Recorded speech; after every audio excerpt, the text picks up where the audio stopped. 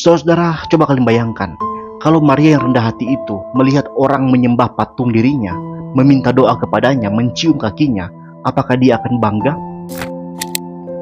Apakah Katolik Roma menghormati Maria atau justru menghinanya?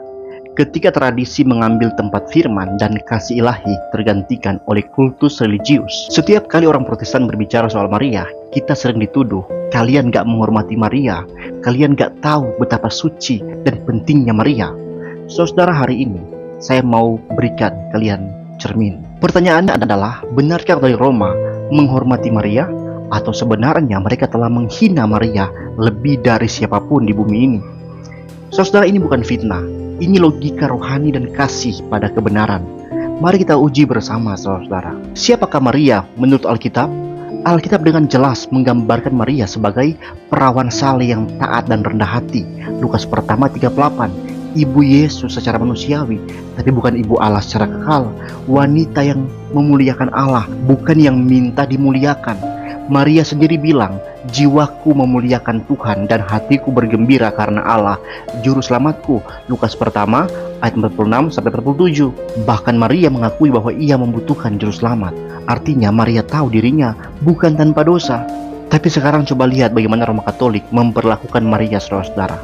Yang pertama, Maria itu tak bernoda, kata mereka.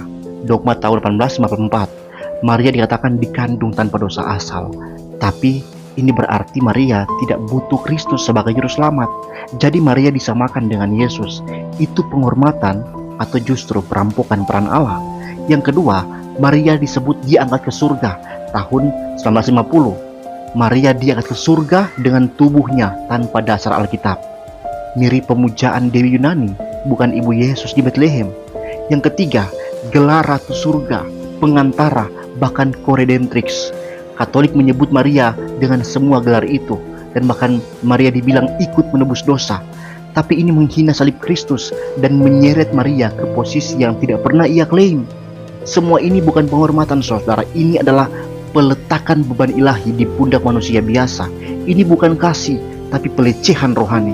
Saudara, coba kalian bayangkan, kalau Maria yang rendah hati itu melihat orang menyembah patung dirinya, meminta doa kepadanya, mencium kakinya, apakah dia akan bangga? Atau justru dia akan menangis dan berkata seperti Petrus, jangan sujud kepadaku, aku hanyalah manusia. Kisah 10 ayat 26. Apakah Maria akan berkata, tolong doakan lewat aku ya, karena Yesus lebih dengar aku daripada kamu? Tidak, saudara, tidak. Itu bukan Maria Alkitab.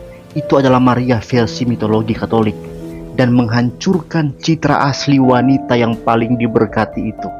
Iblis memang tidak perlu menghapus Maria, cukup menyulapnya. Setan itu licik, saudara. Dia nggak perlu membenci Maria terang-terangan. Dia hanya perlu mengangkatnya ke tempat yang bukan miliknya, sampai orang-orang lebih sibuk berdoa kepada Maria daripada percaya langsung kepada Kristus.